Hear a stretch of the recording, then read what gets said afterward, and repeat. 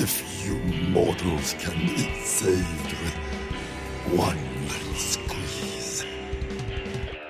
The year 2011 was an excellent time to be a gamer. With releases like Deus Ex Human Revolution, Infamous 2, and Rayman Origins, there was plenty of great games to experience. This was likely why Shadows of the Damned flew under my radar. While I was consumed with playing Ni no Kuni Wrath of the White Witch, yes, that also released in 2011, Suda51 released an over-the-top demon-slaying third-person shooter published by EA. Well, it's time to correct those wrongs and play Shadows of the Damned in its definitive form with the release of Shadows of the Damned Hella Remastered. Regardless of this game's age and tongue-in-cheek humor, I must say, I missed these adventures.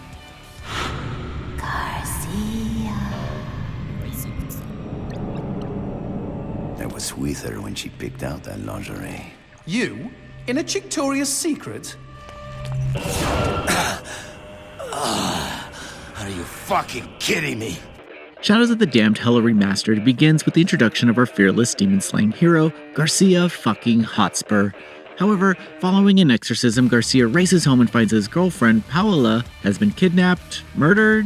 Was she ever really there? Anyway, Garcia wastes little time knocking on the gates of hell with his demon friend Johnson to save her and take down the baddest demons in the underworld. Surprisingly, this isn't the throwaway narrative that I assumed it was. Across the chapters, Garcia reflects on his relationship with Paula and provides context into how they got to where they are.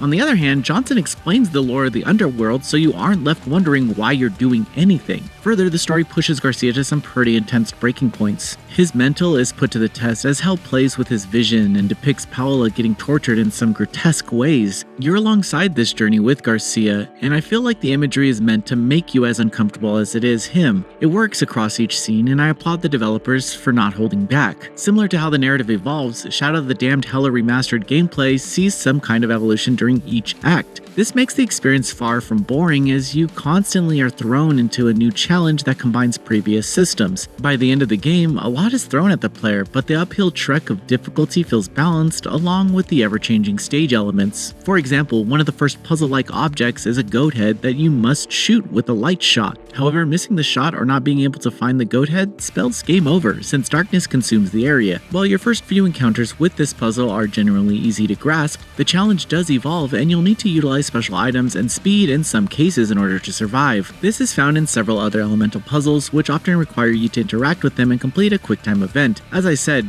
it keeps each area unique. While exhaustion could set in, this is mainly due to the limited gunplay mechanics and repeatedly clearing out similar enemy groups. The concept of darkness in hell is used to put Garcia at a disadvantage. If he doesn't get out quickly, he'll slowly die, and enemies are granted a special shield that you'll need to hit with a light shot in order to break. This does add an extra layer of challenge and strategy to the game, so there are times when you'll need to enter darkness to open up a path. I liked it a lot, but it doesn't take away from the fact that the combat can get repetitive on its own. I also felt that the gun upgrades, which require red gems hidden across stages, were just a little too basic. While there are cool gun types, I would hope that a sequel could introduce a means of elemental upgrades that force you to change your playstyle. Further, even using items and switching weapons can feel dated in the opening hours. My fingers took a while to adjust to the third-person action as I struggled to remember the button layout, but I eventually got the hang of it. My more significant issue with the weapon is the inclusion of ammo boxes. I just felt these were unnecessary, and the game seems to think so too, as ammo boxes just respawn after a little bit, allowing you to fill your ammo whenever you want if you have the time. My favorite part of this vacation through hell was the bosses. They are all unique and have particular abilities that make anticipating their fight all the more exciting. The setup is Metal Gear Solid 2 levels of theatrics, as the bosses hold unique places in hell as VIP members with a backstory and purpose. Again, the setting and characters make the experience, and while the gunplay might be surface level in terms of systems, getting through fights require you to dodge and utilize enemy weaknesses across each encounter. And I can't really compare this remastered package to the original experience, but I did think that it looked great when it initially released, so this only makes it better. I will say that it's easy to spot the age in the environmental design, but it does flow naturally. The new Game Plus option allows you to restart the game and find red gems that you may have missed, and the additional costumes come packed in, but I think I'm good on hanging out in hell after playing. It took around 10 hours to clear this version, and I can say that I'm glad to have finally experienced this insane adventure.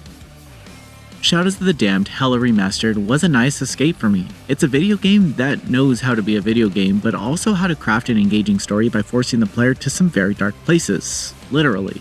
The action will likely take some getting used to. Still, thankfully, once the nostalgia wears off, you're left with a well-designed action experience with a natural evolution across the underworld. I honestly hope this isn't the last time we see Garcia fucking Hotspur. Noisy Pixel is giving Shadows of the Damned Hella Remastered a 7 out of 10. Thanks for watching. This video is brought to you by our supporters on Patreon. Noisy Pixel is run by a group of gamers providing independent gaming coverage through news, reviews, previews, and more. Check out our Patreon to help support our continued growth and subscribe to keep up with all our future content.